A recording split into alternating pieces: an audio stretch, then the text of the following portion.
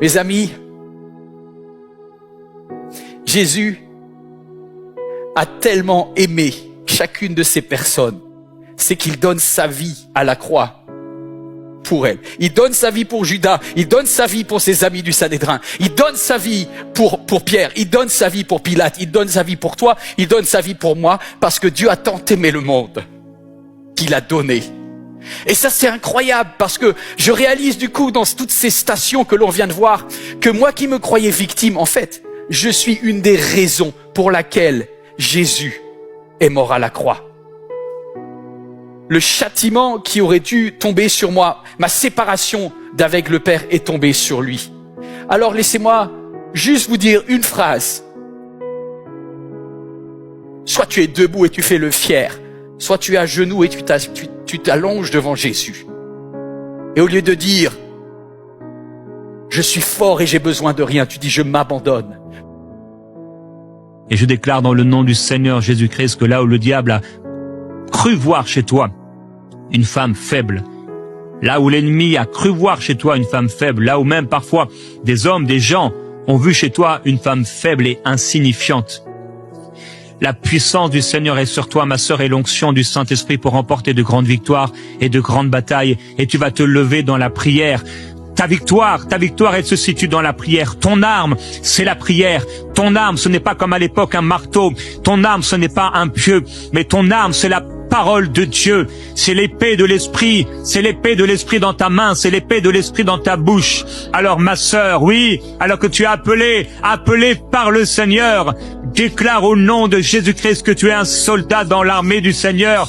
Déclare la parole de Dieu. Et même si tu n'as aucun statut officiel, sois une battante. Non pas comme Nathalie pour le mal, mais une battante pour le bien. Je déclare que tu es une guerrière spirituelle. Je déclare que tu es une conquérante. Je déclare que tu es une battante au nom de Jésus. Et je déclare qu'une femme qui était fatiguée spirituellement, fatiguée émotionnellement, chargée et qui ne trouve même plus la force de prier, la puissance de Jésus-Christ vient sur elle. Oui, Père, je te demande s'il te plaît, viens saisir cette sœur maintenant. Viens la saisir là où elle se trouve et qu'elle soit étonnée que dans les heures et les jours à venir, il y a une force surnaturelle qui se saisisse d'elle au point où elle va être étonnée parce qu'à nouveau le chant va retentir dans sa maison. À nouveau, la prière va retentir dans sa voiture. À nouveau, la prière va retentir dans sa cuisine. Seigneur, merci parce que dans son lieu de prière, de grandes victoires vont être gagnées. De grandes batailles vont être remportées pour elle, pour sa maison, au nom de Jésus. L'appel de Dieu sur votre vie, c'est que vous puissiez vivre un réveil spirituel. Ça commence, le R de réveil commence comme le R de repentance. Réveil, R, repentance. Et aujourd'hui, tu as fait le bon choix. Le E, c'est élévation. Élévation. Et la Bible dit, maintenant vous avez été libérés du péché, vous êtes devenus des serviteurs de Dieu. Vous avez pour fruit la progression dans la sainteté. Et la conséquence de cela, c'est la vie éternelle. Vous êtes en train d'être élevés, les amis. Dieu est allé vous chercher, il vous relève. Après l'élévation, il faudra que tu aies le V de veille. La Bible dit, veille sur toi-même. C'est-à-dire, n'agis pas de façon légère. Chacun d'entre nous, on a un type de péché qui peut nous guetter. Et votre adversaire, le diable, est comme un lion rugissant. Faites attention. Change d'entourage. Le I d'identité. Proclame que tu n'es pas ce que tu fais. Que tu es une fille, un fils du roi des rois. Que ton frère s'appelle Jésus. C'est incroyable ça. Célèbre cette identité. Et enfin, dernière chose, le L. Le L de louange. Veux-tu savoir ce que Dieu veut que tu changes chez toi? Veux-tu savoir le péché qui bloque la bénédiction de Dieu dans ta vie? La façon dont tu juges les autres. Vous savez, je crois que la malveillance, c'est quelque chose qui ronge l'Église, qui ronge les chrétiens. La malveillance, le fait de mal voir les autres, ça ronge ta famille, ça ronge ton bureau, ça ronge ton entreprise. Il y a des bénédictions dans ta vie qui sont bloquées. Il y a des grâces que Dieu a en réserve pour toi qui sont bloquées. Parce qu'il y a un péché dans ta vie. Ce péché, c'est ton regard qui juge sans cesse les autres. Et Dieu dit, je ne lui donnerai pas ce que je voudrais lui donner. Parce que si je lui donne avec son caractère actuel, non! ça sera pas conforme à mon identité de Papa Céleste, qui donne à celui qui mérite pas, qui bénit celui qui ne mérite pas, qui guérit celui qui ne mérite pas. Vous n'avez pas compris qui est votre Père. Parce qu'il fait briller le soleil sur les méchants et sur les bons. Vous faites des bonnes choses à ceux qui vous font du bien, tant mieux. Les non-croyants le font aussi, dit Jésus. Mais moi je vous dis, soyez parfaits, comme votre Père Céleste est parfait. Vous voulez entendre le péché qui bloque la bénédiction de votre vie? Le péché qui bloque la bénédiction de Dieu dans votre vie, c'est ça. C'est votre façon de juger sans cesse les autres. Alors change ton regard sur toi-même, parce que là, tes insécurités, il n'y a personne d'autre que toi qui peut les gérer. Il va falloir que tu fasses un tête-à-tête avec Dieu. Dis-lui, Dieu, révèle-moi mon identité. Dis-moi qui je suis en toi. Parfois, on ne change pas parce que notre cœur, notre terrain n'est pas malléable. Parce que notre terrain est trop dur. Et tu sais quoi, c'est pour ça que le diable t'empêche de recevoir ta guérison. Quand il est dit que le diable fait tout pour te distraire de peur que tu n'entendes cette parole, que tu la comprennes, que tu sois sauvé. Le mot sauvé, c'est aussi que tu sois guéri, que tu sois délivré. Le diable sait que tant que tu es blessé, tant que tu as cette carapace, la parole de Dieu ne pourra pas pénétrer ton cœur et opérer un changement. Alors lui fera tout pour te distraire. Parce qu'un cœur restauré, un cœur qui fait confiance, un cœur qui accueille la parole est un cœur qui change.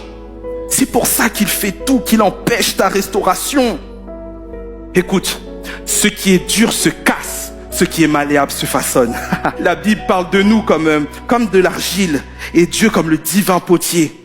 Sache une chose, c'est que pour pouvoir être façonné, transformé par Dieu, pour grandir, pour développer son cœur, tu as besoin d'être malléable. Et pour cela, tu dois accueillir sa guérison. Je prie que tu sois cette guerrière spirituelle qui combat l'ennemi par tes prières, par ton autorité, par ta valeur, l'identité que Dieu t'a donnée. Dieu fait de toi une mère pour beaucoup de nations, une mère pour des peuples, une mère pour des hommes et des femmes, une mère pour des enfants.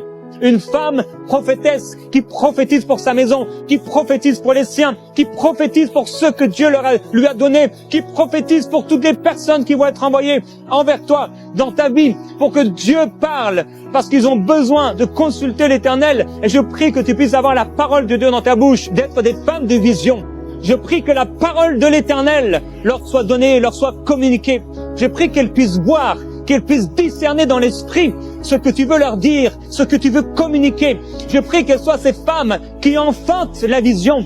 Père, je prie au nom de Jésus-Christ que l'orgueil ne se lève pas dans leur vie parce qu'elles sont utilisées par toi, mais qu'elles puissent être ces femmes qui voient les choses comme Jérémie a pu voir. Et tu lui as dit, oh, tu as bien vu, que tu puisses dire à leur sujet, elles voient bien.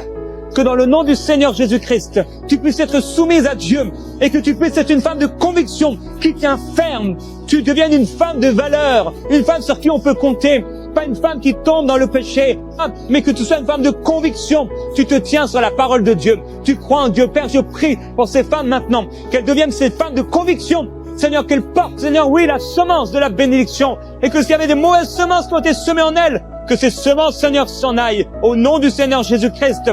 Qu'elle porte, oui, qu'elle porte la lumière, qu'elle soit une espérance dans ce monde perdu. Lève les mains vers le Seigneur et reçois maintenant les visions, reçois maintenant les révélations, reçois maintenant la place que Dieu te donne. Lève les mains vers lui et reçois maintenant en soumission la valeur que Dieu t'a donnée, l'identité que Dieu t'a donnée, la grâce que Dieu t'a donnée. Oui, au nom de Jésus-Christ, le Seigneur dit une parole et les messagers de bonnes nouvelles forment une grande armée. Reçois la vision que Dieu te donne pour ton mari. Reçois la vision que Dieu te donne pour ta famille. Reçois la vision que Dieu te donne pour l'église. Reçois la vision que Dieu te donne pour tes amis. Et que parmi ton peuple, Seigneur, on trouve encore des femmes, des jeunes filles, des jeunes femmes, Seigneur, qui sont des adoratrices, qui sont prêtes à donner leur vie pour toi.